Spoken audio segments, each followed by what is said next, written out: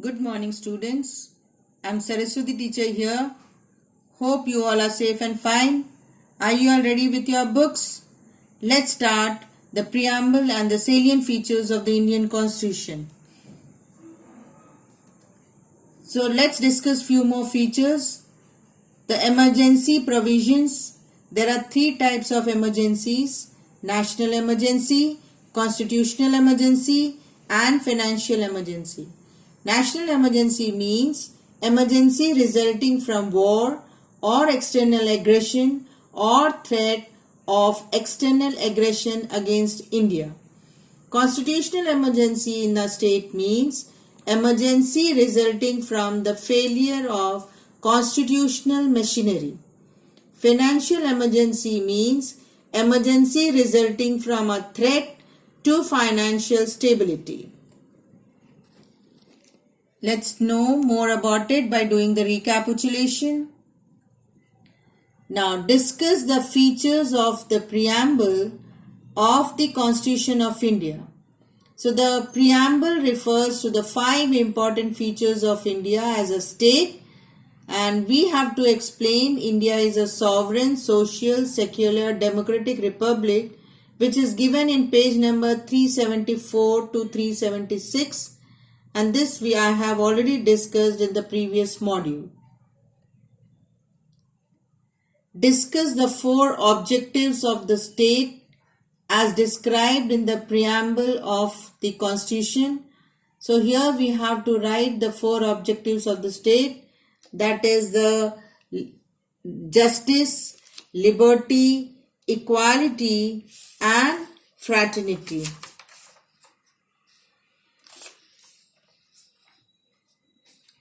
So here we have read about this justice.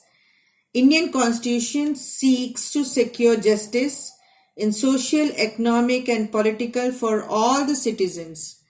And one of the key ideals of the national liberation movement was to secure a new social order based on social, economic, political justice.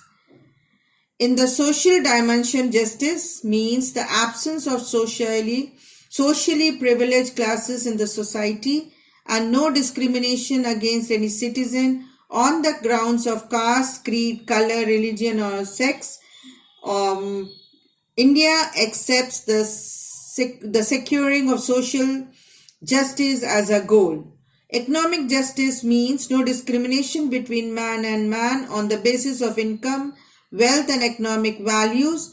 It involves the concept of equitable distribution of wealth, that is economic equality, end of monopolistic control over means of production and distribution.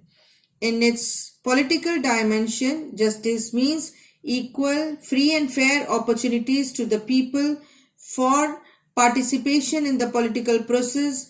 It stands for the grant of equal political rights to all the people without any discrimination on the basis of caste, color, creed, religion, or place of birth. So for liberty, we'll write the preamble declares liberty to be the second cardinal object to be secured by the Indian state. The grant of fundamental rights, including the right to freedom, is designed to secure this objective. Liberty is a vital necessity for the fullest development of the mind of the individual. Equality, it means the preamble makes equality is the third major objective of the Constitution. It has been described in terms of 2 variables: equality of status, that is the natural equality to all persons as equal and free citizens of India, enjoying equality before law, and secondly, equality of opportunity, that is adequate opportunities for all to develop. And the last one is talking about the fraternity. The preamble clearly states that another major objective is to promote among all the people the fraternity, a feeling of spiritual and psychological unity. It is designed to secure dignity of the individual and unity and integrity of the nation. So the founding fathers of the Constitution therefore specified in the preamble that free India should promote fraternity, assuring human dignity as well as the unity and integrity of the nation. This is how you have to write the 4 objectives of the state in the preamble of the Constitution. Now discuss any 6 basic features of the Indian Constitution here. The first one I am explaining, written and detailed Constitution. The Indian Constitution is a written and detailed Constitution. It consists of 395 articles into 22 parts with 12 schedules and 102 constitutional amendments. The Constitution framers did not want to leave things to chance because they were conscious of the socio-economic, political problems being faced by the country.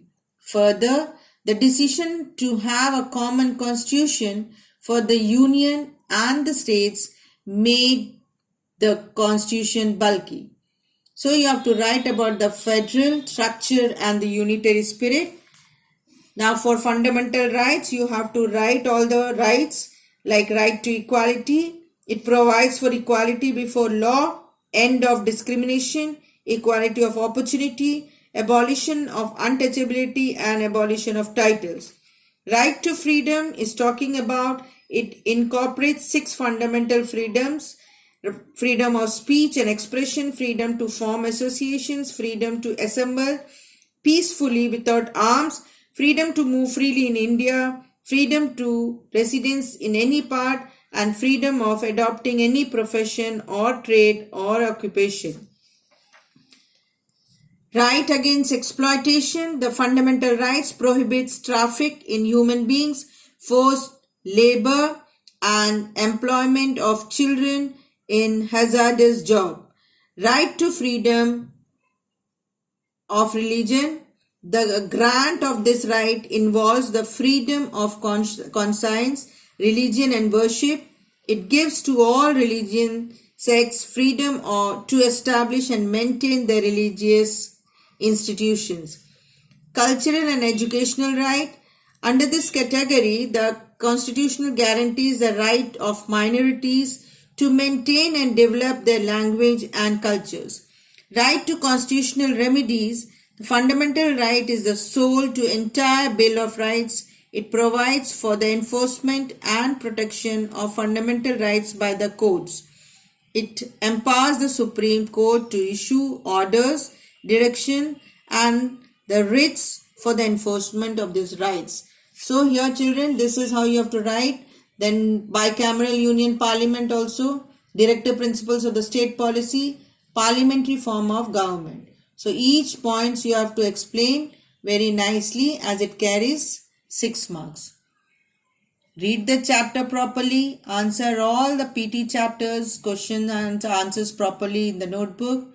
The short questions you have to mark in your book and the long questions you have to write in your notebook neatly. Thank you.